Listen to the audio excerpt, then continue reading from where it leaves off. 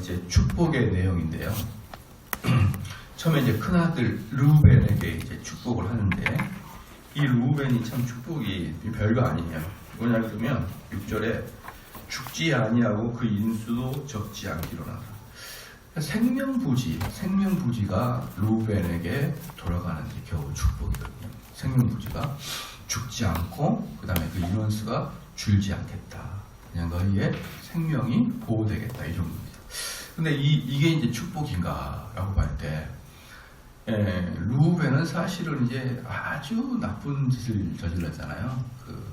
자기 아버지의 첩을 같이 이제 간음을 하게 되잖아요. 자기 아버지의 첩과 같이 간음을 하게 되면서 침상을 더럽힌 죄로 사실은 육적인 장자를 가졌지만 영적으로는 장자권을 빼앗겨 버렸어요. 그때 영적으로는 영적 장자권은 유다한테로 넘어간 거거든요. 그래서 이제 그렇게 빼앗겼고, 그러니까 저주를 당해서 멸망을 당해도 쌀 만큼이나 아주 큰 죄를 저질렀어요. 근데 그래서 이제 그런데 이들이 또 어떻게 됐느냐? 가나안 땅 7족속을 점령해야 되는데, 요단강을 건너기 요단 동편의 땅이 아주 넓고 좋아요. 요단 동편의 땅은 소돔과 같다. 요단 동편의 땅은 넓고 그 다음에 막 나무도 많고 풀도 많은 거죠. 그러니까 참 좋다. 특별히 이제 풀이 많거든요. 그러니까 목축을 하는 이스라엘 사람들에게는 이 요단 동편이 너무 좋고, 그 다음에 요단 동편을 이제 서편으로 가서 가나안 지역을 다 점령할 때 그건 귀찮아. 너무 귀찮으니까 르우벤이 뭐라고 했냐면, 이 요단 동편을 우리한테 주십시오. 이 지경을 우리한테 주십시오. 라고 했거든요.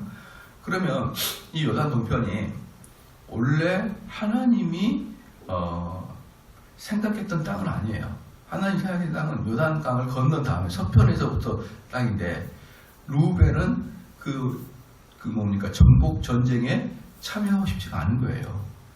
지금까지 40년 동안 광야에서 헤맸으니 이제 이 땅에서 살고 싶습니다. 그리고 거기는 풀이 많으니까 우리같이 이렇게 목축을 하는 사람으로서 너무 좋아요. 여기를 우리한테 주십시오.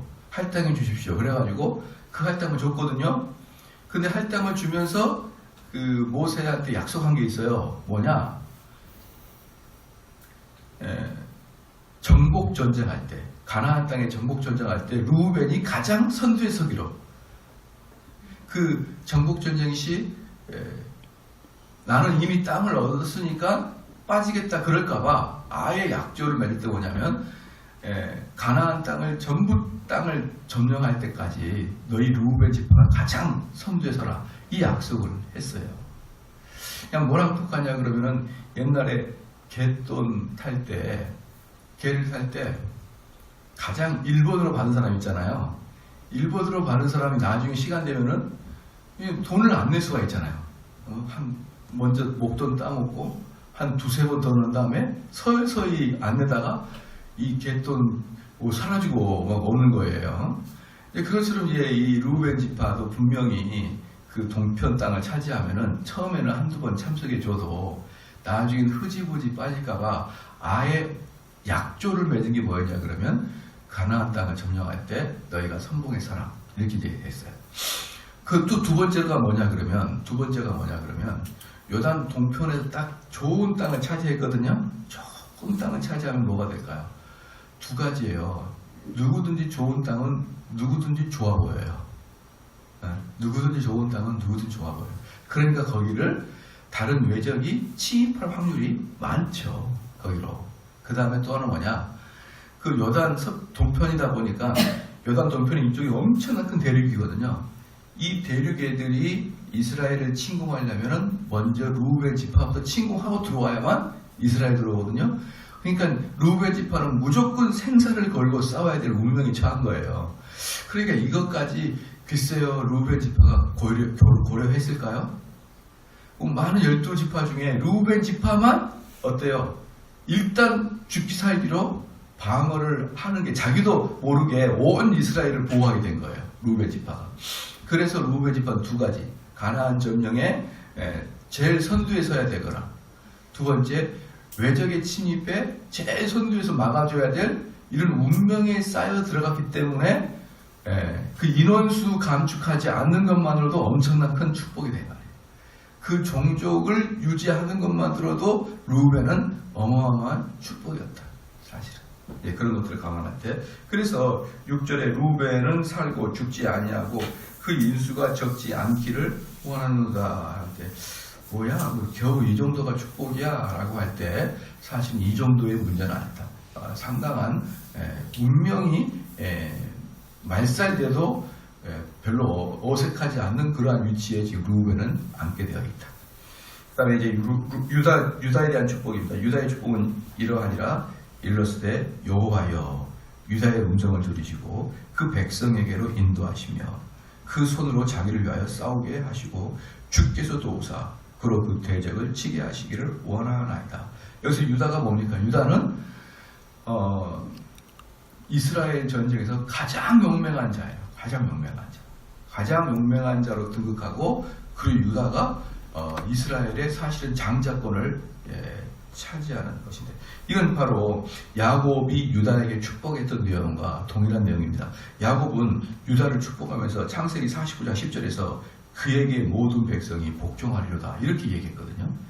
그러니까 유다 백성에게, 유다 지파에게 모든 종족들이 복종하는, 즉 유다 지파는 왕의 지파로 만들어 주셨고, 결국 이 유다의 지파에서 누가 나오니까? 다윗이 나오고, 그리고 결국 예수 그리스도가 나오는 거예요.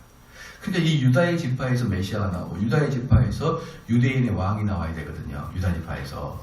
그러니까 사람들이 계속 우리 주님께 물었던 게 뭐냐면, 너 가문이 뭐냐는 거예요. 네 가문이. 오실 메시아는 유다 지파인데, 유다 지파는 왕족인데, 나사렛에서 무슨 유다 지파냐 이거야. 유다 지파는 원래 어디 있는 거예요? 남유다 예루살렘 있잖아요. 나사렛하고 예루살렘은요, 저기 신의주하고 전라도 광주거리예요. 유다의 예루살렘은 남쪽에 있는 거예요. 예루살렘은 이스라엘 전체에서 남쪽에 유다가 있고요. 우리 주님의 고향과 우리 주님이 탄생한 저기 베들레헴 나사렛 저기는요 맨 위쪽에 있어요. 그러니까 무슨 나사렛에서 선한 게 나겠냐 이 말이에요. 진짜는 유다에서 나야지, 그 말씀이에요. 그러니까 예수님에게 바리새인들이랑 도대체 네 족보가 뭐야? 너 족보가 무슨 유다 족속이야? 이게 이제 나사렛에서 선한 게 나겠냐 이런 뜻이거든요. 그런데 이제 자세히 족보를 켜보니까 우리 주님의 아버지인 요셉이 유다 지파의 사람이었다. 다 갖췄다. 이미 구약에서 예언한 데가 다 갖췄다. 그래서 유다 지파는 왕의 족속인데 거기에서 다윗의 종족이 나왔고, 그러나 그걸로 완성된 게 아니라 최종적인 완성은 예수 그리스도가 유다 지파로부터 나왔다. 그리고 이제 재밌는 게 뭐냐면, 이스라엘 사람들은 지금도 메시아를 기다리고 있습니다. 지금도 메시아를 기다리고 있는데 아직 메시아가 안 왔다는 거죠. 유대인들에게는. 근데 이제 한 가지 큰 어려운 문제가 생겼어요. 무슨 문제가 생기냐면, 유다 지파가 이제 누군지 몰라요. 왜 모르냐 그러면요, 누가 유다 지파인지를 이제는 확인을 못해요. 왜 못하냐? 예수님이 돌아가신 이후에 AD 70년에 예루살렘이 완전히 불바다가 되잖아요. 그때 족보가 다 깨져버려요. 그때 족보가 완전히 없어집니다. 그러니까 그 이후로는 누가 유다 지파인지 누가 베냐민 지파인지 아무도 몰라요. 그러니까 이분이 유다 지파다라고 말할 수 있는 그 마지막 시기 때가 예수님 시기 때였어요. 그 이후에는 누구 족보인지를 이제는 다 모릅니다. 사실은. 자기들이 유다 지파니 베냐민 지파니 뭐 레위 지파니 주장할 수는 있지만, 그게 이제 합법적인 것은 아니라는 것이죠. 합법적인 것은. 자, 그 다음에 이제 8절에 레위 지파 보시면 루벤 지파 6절, 그렇죠? 7절은 유다 지파, 그 다음에 12절은 베냐민 지파, 13절은 요셉 지파, 이렇게 나가는데, 이 레위 지파는 8절, 9절, 10절, 11절, 레위 지파는 엄청나게 또 양이 많아요. 이런 걸 보면은 사실은 뭐예요? 하나님께서 이스라엘을 보는 관점은 레위에게 달린 거예요. 레위에게.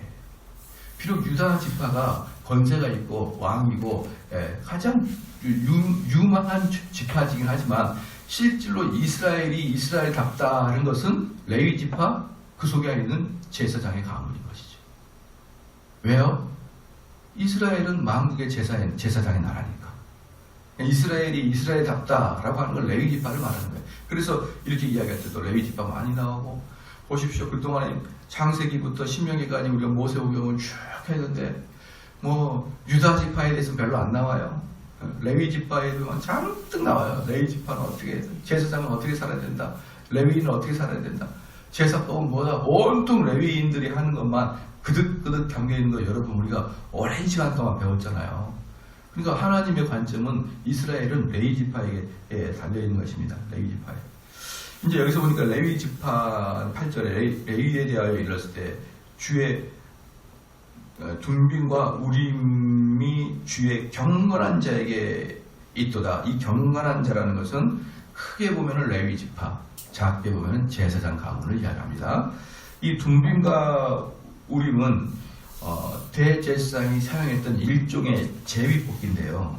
하나님의 뜻을 묻고자 할 때 이 둠빔과 우림을 사용하였는데, 이 경건한 자들, 즉 대제사장 또는 레위지파 사람들이 이 둠빔과 우림을 실질로 보관하고 관리하고, 그리고 대제사장은 하나님의 뜻을 물을 때 그것을 몸에 착용해가지고 들어간 거죠. 그래서 이제 거기서 하나님의 뜻을 어떻게 봤는지는, 어떤 것을 통하여 하나님의 뜻을 확증했는지를 몰라요. 그건 성경에 안 나왔으니까. 확실한 건 둠빔과 우림이 하나님의 뜻을 물을 때 항상 사용했던 것인데, 여기서 이제 마사에서 무리바까지의 사건이라고 했어요. 마사에서 무리바까지. 그래서 이 마사에서 무리바는 뭐냐면, 모세와 아론으로 대표되는 레위 지파 역사 중에서 가장 힘들고 어려웠던 데가 마사의 생수 사건, 그 다음에 두 번째 무리바의 반석 사건이에요. 자, 이 당시에 그 모세와 아론은 하나님께 기도하는 중에서 마사의 어려움을 잘 견뎠는데, 문제는 무리바 사건에서 그만 격정하고 분노를 하게 되므로 하나님께 돌아갈 거룩한 영광을 다 드러내지 못하게 된 것입니다. 그래서 이 본절에서 이 마사와 무리바 사건을 이야기하는 것은 뭐냐면, 인간의 행적에 상관없이 거룩한 직분을 주시는 하나님의 은혜를 강조하게 됩니다. 마사와 무리바 사건에서 우리가 엄청나게 하나님의 큰 죄악을 저질렀음에도 불구하고 지금까지 하나님은 그 레위 지파를 벌하지 않고 살려주셨다. 살려주고 지금까지 그 사역을 연명하게 해준 것은 하나님의 은혜인 것이다. 우리도 어때요? 하나님께 누가 묻더라고요. 하나님께 우리가 묵상하는 게 뭐냐고. 지난 수요일날 묵상을 드렸더니 너무 어색해요. 이걸 안 해보니까. 근데 이 기도가 상당히 중요한 기도거든요. 묵상하는 기도가. 그런데 예수님의 입장에서 항상 묵상하라. 근데 38년 된 병자가 있을 때 주님이 그 사람을 찾아갔잖아요. 찾아가서 너가 낫기를 원하느냐 한 다음에 일어나 걸어라 했잖아요. 이제 그런 다음에 그 사람이 이제 너무 좋아서 돌아다니다가 주님을 다시 만나요. 만났는데 그 이야기를 바리새인들한테 또 유대 관원들한테 내가 만난 사람이 예수님이다 이렇게 얘기해가지고, 그 사건 때문에 결국 예수님이 그런 이제 유대 지도층들한테 찍혀요. 찍히고 그 다음에 예수님을 죽이려고 합니다. 예수님은 그 사람을 찾아갔는데, 그리고 그를 그렇게 살려줬는데, 그 사람의 잘못된 혀놀림으로 예수님이 타겟이 딱 됩니다. 어때요? 예수님께 감사하지도 못하고, 자기는 또 열정적으로 예수님이 좋다고 말했는데 그것 때문에 예수님이 결정적인 피해를 당하고, 물론 큰 뜻에서 하나님의 섭리는 예수님이 십자가로 가는 일이지만, 우리 인간적 관점, 만약에 저랑 그러면 제가 도움을 줬는데 어디 가서 입을 잘못 놀려가지고 제가 결정적인 손해를 당한 것이에요. 예수님, 근데 그 사람은 하나도 악의가 없어요. 악의가 없다니까. 근데 악의가 없이 행동했는데 그 악의가 없이 행동한 것의 결과로 어때요? 우리 주님이 큰 손해를 당하게 돼 있어요. 그러니까 그때 우리는 주님의 마음을 어떻게 묵상해야 되냐면은, 그 38년 된 병자가 나처럼 나를 생각해봐요. 정대훈 목사에게 하나님이 어느 날 찾아오셔가지고 정말 나를 위해서 다시 새 생명을 살리시고 나에게 은혜를 주시고 복을 주셨는데 내가 하나님께 헌신했는데 그게 하나님을 욕먹이는 일이 됐단 말이에요. 그런 일들이 비일비재합니다. 단 뭐 할 뿐이에요? 내가 못 느낄 뿐이에요. 내가 못 느끼는데 나는 지금 하나님의 영광을 위해서 한다고 하는데 그러한 것들이 하나님을 결정적으로 힘들게 하고 괴롭게 하는 경우가 허다하다. 그때 우리 주님의 마음을 묵상하는 거예요. 그 마음을. 그때 그 주님의 마음을 묵상하게 되면 어떻습니까? 내가 다른 사람을 향할 때도 똑같은 일을 당할 수 있어요. 나는 너한테 전혀 해코지 할 마음이 없었는데 왜 너는 나한테 그렇게 오해를 하니? 그런 마음이 들 때 우린 주님을 의지해야 되는 것입니다. 주님도 이런 마음을 가지고 계시는구나. 그것처럼 오늘 여기서도 보면은 우리 주님은 그러한 모습들을 볼 때마다 내가 저 녀석을 완전히 진멸해 버릴 거야. 아유, 내가 저 녀석을 그냥 아주 어금니를 깨고 내가 너를 없애버릴 거야. 이렇게 할 수 있지만 하나님은 여전히 우리를 어때요? 보호하시고 인도하시고 그 직분을 잘 감당하시고 그 직분 안에서도 성령의 역사가 일어나게 하시고 그렇게 은혜를 주시는 것처럼 지금 레위 지파가 하나님께 감사한 내용이 뭐예요? 우리가 얼마나 많은 죄를 졌는데 그 죄를 졌는 너희들에게 하나님은 여전히 하나님의 사역을 맡기는 것은 첫적인 하나님의 은혜다. 이걸 이야기하고 있는 것입니다. 그 다음에 9절에 보면은 그 부모 또 그 다음에 그 밑에 그 형제들 그 자녀를 알지 아니한 것. 이건 무슨 사건이냐 그러면 9절의 사건은 왜 우리 모세가 시내산에 올라갔을 때 아론에 의해서 금송아지를 만들잖아요. 금송아지를 만들 때 그 모세가 너무 이제 화가 났어요. 너무 화가 나가지고 가서 형제 자매건 누구 간에 칼로 찔러라 그랬습니다. 다 찔러라. 그러니까 레위 지파들이 모세의 말을 듣고 칼을 들고 자기 부모, 형제, 자녀를 칼로 찌르는 그런 역사가 이스라엘에서 일어났어요. 그냥 하룻밤에 그냥 엄청나게 많은 살육이, 도살이 일어났던 것입니다. 이제 창세기 49장 한번 봐볼까요? 창세기 49장. 그때 레위인들이 이제 그런 짓을 했어요. 레위인들이 그런 짓이라고 말할 수는 없지만 어쨌든 형제 자매들을 다 죽여버리는 일이 됐어요. 레위인들이 원래 야곱에게 어떤 예언을 당했냐 그러면 49장 봐봐요. 49장.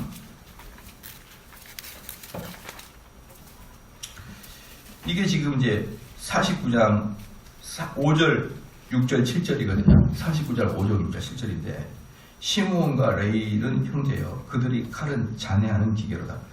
그러니까 이때도 레위인과 시몬이 아주 칼로 자기들을 살이를 해가지고 아주 살이를 낭자하게 아주 잔인한 애들이에요. 시몬과 레위 지파에. 여러분들 그 사람들을 보면 본성적으로 무시무시하고 잔인한 사람이 있어요. 근데 걔네들이 주로 어디 애들이 좀 본성적으로 무섭냐 그러면요. 저기 남미 애들, 브라질이나 멕시코 애들. 아르헨티나는 거의 95%가 백인이기 때문에 괜찮은데 이 멕시코나 브라질 애들은 혼혈이 많아요. 혼혈이. 그 멕시코 같은 데는 인디안 족속이 많고 얘네들은요 기본적으로 무서워요. 골격도 크고. 우리 한국인들은요 사람들이 승질 나쁘다 그러는데 제가 돌아다니니까 한국인들이 엄청 착해요. 한국인들은 순박해. 싸우질 않아. 길거리 가도 별로 싸우지 않아요. 그런데 그런 나라 가면요 여성들이 레슬링을 해요. 길바닥에서. 참 재밌는 신선한 구경거리예요. 그 다음에 저 중동 애들. 얘네들은 기본적으로 무서워요. 다 다르다니까요. 우리 인종은. 우리가 전쟁하면 질 거예요. 걔네들한테. 걔네들은 기본적으로 무섭고 그 다음에 저기 몽골이나 중국의 중에 북방 민족 있잖아요. 북방. 중국 애들 중에 북방. 제가 다니는 그 흑룡강성. 이런 애들은 무서워요. 그 지나다니는 애들이 기본적으로 조폭처럼 생겼어요. 다들. 얼굴 동글동글 머리 빡빡 갖고 몸이 커요. 동글동글하게. 어디 가시오? 그럴 것 같아요. 그게 거의 족보같이 생겼어요. 생긴 것들이. 걔네들은 보다가 랄랄랄라 한 다음에 그냥 싸워요. 그냥 막 길게 싸워. 이것들이 도대체 그냥 무슨 종족 자체가 그냥 사나운 DNA를 가지고 있어요. 근데 시므온과 레위지파가 그래요. 사납기 잃을 데가 없어요. 그러면 루벤 나오고 레위 나오면 중간에 누가 나와야 됩니까? 시므온이 나와야 되는데 시므온은 모세가 축복하지 않아요. 그러니까 시므온은 모세 눈에는 끝장난 겁니다. 여러분 끝장난 거예요. 그러니까 유다 나온 다음에 시므온이 안 나오고 레위지파가 나와요. 그러니까 시므온은 이미 끝장난 거예요. 보십시오. 그런데 5절 말씀에서 창세기 49장 5절 말씀에서 시므온과 레위는 형제요 그들의 칼은 장례하는 기구로 그 칼로 장례를 했거든요. 근데 6절 말씀에 내 영혼아 그들의 모의에 상관하지 말지어다. 내 영광아 그들의 집회에 참여하지 말지어다. 그들이 그 분노대로 사람을 죽이고 그 혈기대로 그 소의 발목 힘줄을 끊었음이로라. 그러니까 이 이제 칼로 잔해를 했다는 것을 보여주거든요. 잔해를 했어요. 그 다음에 7절이 중요한데 그 노염이 혹독하니 저주를 받을 것이요 분기가 맹렬하니 저주를 받을 것이라. 그래서 시므온과 레위지파는 저주를 받은 지파예요. 근데 그들은 어떤 저주를 받았냐 그러면 어떤 저주를 받았냐면 그들을 야곱 중에서 나누며 이스라엘 중에서 흩어버리겠다는 것입니다. 시므온과 레위지파는 완전히 흔적도 없이 흩어버리겠다는 것입니다. 그래서 지금 모세한테서는 시므온이 언급이 안 됩니다. 여러분 시므온. 그런데 레위지파는 언급이 되는 데다가 더 재밌는 게 뭐냐면 다시 신명기서를 보면은 8절, 9절, 10절, 11절을 레위지파에게 맡기고 그 레위지파에게는 남들 못지않는 축복을 해주거든요. 그럼 왜 이런 일이 발생했냐 그러면 레위지파는 모세가 하나님 편에서 분노할 때 모세 편을 들어서 칼을 들어 모세를 대적하는 사람을 다 찔렀거든요. 그러니까 이 레위지파는 자기의 그 뭡니까 원래 은사가 뭐예요? 힘세고 잔인하고 죽이기를 좋아하는 은사. 이 은사를 하나님 걸로 사용한 거예요. 그렇죠? 그러니까 어떤 사람이 밤에 밤무대를 뛰는 가수예요. 밤무대를 뛰는 가수인데 노래를 참 해가지고 밤무대에서 인기가 좋은데 허리를 돌려가면서 노래를 부르면서 밤 돈을 버는데 이 사람이 회심을 한 다음에는 그 더러운 노래를 뭘로 사용합니까? 찬양을 부르는 대로 사용할 수 있잖아요. 얼마든지. 어떤 사람은 밤무대에서 막 피필이나 이런 걸 부르는 악기를 부르는 사람인데 은혜를 받으니까 그걸로 찬양을 할 수가 있잖아요. 그러니까 어제에 추한 것이 그 은사로 오늘의 하나님께 사용하는 도구로 바꿀 수 있다 없다? 얼마든지 있다. 그러니까 레위지파는 그렇게 한 거예요. 그 잔인함의 칼을 하나님의 도구로 사용했던 겁니다. 그래서요 우리 성도들이 사용하고 있는 은사들은 몸만 빠지는 겁니까? 죄만 빠지는 거예요. 예를 들어서 이 정대훈을 보십시오. 정대훈을 보면은 정대훈에게는 어떤 성향이 있어요. 정대훈이 가지고 있는 성향이 있는데 이게 내가 하나님을 만나기 전에는 이 성향으로 하나님께 죄를 졌던 거예요. 그런데 내가 하나님을 믿고 내가 은혜를 받잖아요. 그러면은 내 성향, 정대훈의 성향이 바뀌는 게 아니에요. 그 이전에는 내가 막 농담도 잘했어요. 그런데 내가 주님을 만나고 나서는 농담 쭉 빠지고 하나님께 거룩하게 사는 게 아니라 그 농담을 그대로 해. 근데 뭐가 빠지는 거예요? 죄가 빠져요. 죄가. 하나님을 만나기 전에는 그 은사를 가지고 죄를 졌다 그러면 이제 하나님을 만나면 그 은사로 죄가 빠지면서 그 은사를 사용하게 되는 것이에요. 거의 대부분 그렇습니다. 그래서 사람이 그 주님 만나기 전에는 막 까불까불 하다가 주님 만난 다음에는 할렐루야 형제여 이렇게 안 된다는 거예요. 그 성향은 그대로 유지가 되는데 그 대신 하나님께 영광을 돌리는 성향으로 바뀝니다. 그게 레위지파예요. 레위지파. 그런데 시므온은 그러한 일들이 없어요. 그러니까 멸절이 되는 거죠. 그럼 두 번째, 분명히 야곱은 시므온과 레위 지파를 온 유대 땅에 이스라엘에 흩어버리겠다 그랬거든요. 흔적도 없이 흩겠다 그랬어요. 그랬더니 정말 시므온은 흩어졌어요. 그럼 물어볼게요. 레위 지파는 흩어졌습니까? 안 흩어졌습니까? 흩어졌잖아요. 흩어졌는데 여기서 똑같아요. 하나님의 언약처럼 예언처럼 다 흩어졌는데 시므온은 멸망에 흩어지며 레위 지파는 승승장구하며 흩어짐입니다. 그러니까 야곱의 예언이 딱 들어맞으면서도 하나도 오차도 없으면서도 하나님은 그 저주를 축복으로 바꾸시는 그 하나님을 여러분 볼 수 있어야 되는 거예요. 정말 이 하나님의 섭리는 놀라워요. 그래서 하나님의 예언은 철회가 되거나 취소가 되는 게 아니고 우리가 예상하지 못한 방식으로 어떻습니까? 놀라운 은혜를 받는 거예요. 지금 이 모세는 그 이야기를 해주고 있는 거예요. 너희가 은혜로 레위 지파가 되지 않았느냐. 은혜로. 그 레위 지파가 어떤 축복을 받았는지 한번 더 볼게요. 그래서 다시 9절에 읽어보면요. 9절에 읽으면 그는 그 부모에 대하여 이르기를 내가 그를 보지 못하였다 하며 그 형제를 인정치 아니하며 그 자녀를 알지 아니한 것은 주의 말씀을 준행하고 주의 언약을 지킴을 인함이로다. 그러니까 이렇게 한 이야기는 너희가 주님 편에 그때 섰다는 거예요. 금송아지 사건 때. 그래서 그 칼로 금송아지를 섬기는 사람을 칼로 찔러 죽였는데 그때 찔러 죽일 때 나랑 친한 사람, 심지어 내 부모, 내 친인척일지라도 찔러 죽이는 것을 내가 너희들을 안다. 그래서 이 말씀을 근거로 우리 주님도 뭐랬습니까? 나를 따르는 자는 내 부모 형제보다 나를 더 사랑해야 된다. 그들을 미워할 만큼 날 사랑해야 된다. 라고 하는 게 바로 여기서 근거를 하고 있는 거예요. 그 다음에 10절 말씀에 주의 법도를 야곱에게 주의 율법을 이스라엘에게 가르치며 그러면은 레위 지파에게 주신 두 가지의 사역이 있는데 첫 번째는 뭐냐면 주의 말씀을 너희들이 맡아서 그 주의 말씀으로 첫 번째 교육을 시켜라. 그러니까 이 레위 지파는 이스라엘 백성들에게 매일마다 거기서 말씀을 가르쳐요. 그러면 이스라엘 사람들에게 매일 가르치고 두 번째는 뭐냐면 주 앞에 분양, 즉 예배를 인도하는 걸 가르칩니다. 그러니까 레위인은 하나님 말씀을 가르치는 교사, 그 다음에 안식일 때는 뭐합니까? 제사를 드리게 하는 주의 전적 사역자, 이 일을 두 개를 하는 거예요. 그럼 이 일을 하기 위해서는 어떻게 할 수밖에 없는 겁니까? 결국은 전체 이스라엘 12지파 안에 다 스며들어가서 거기 안에서 예배를 인도하는 자가 돼야 되죠. 그러니까 얘네들은 진짜 다 흩어졌어요. 다 흩어져서 레위 지파만의 땅이 없어요.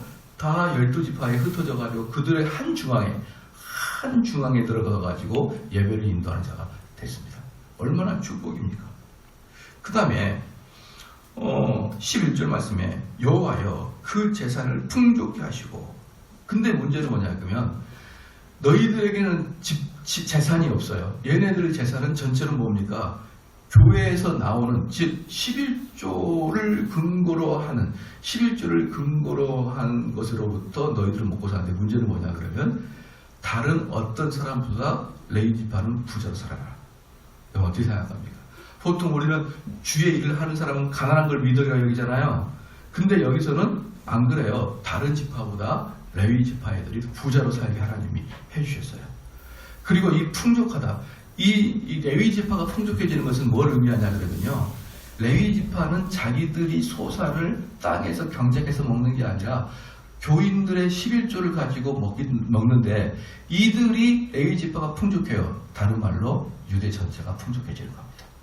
그러니까 레위 지파가 뭐가 선둔지는 모르겠어요. 하지만 레위 지파가 풍족하다. 너희가 풍족해져라. 이 말은 너희들 때문에 유대 지파 전체가 풍족해져. 12지파 전체가 너희들 때문에 풍족해질 것이다.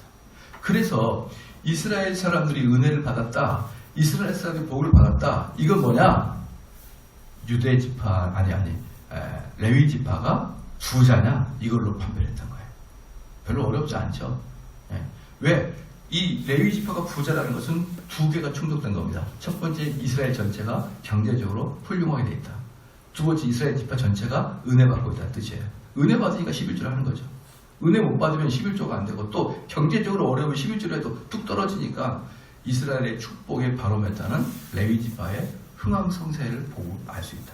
그래서 11절에 여호와여 그 제사를 풍족히 하시고 그의 손의 일을 받으소서. 그러니까 레위 지파 사람들은 전체적으로 풍족하게 하나님이 되었어요. 그들은 자기들의 땅이 따로 없어도 자기들의 경작지가 따로 없어도 하나님이 레위 지파를 부여하게 돼요. 그 다음에 그들의 손으로 하는 그 모든 것들을 하나님이 연락하시겠다.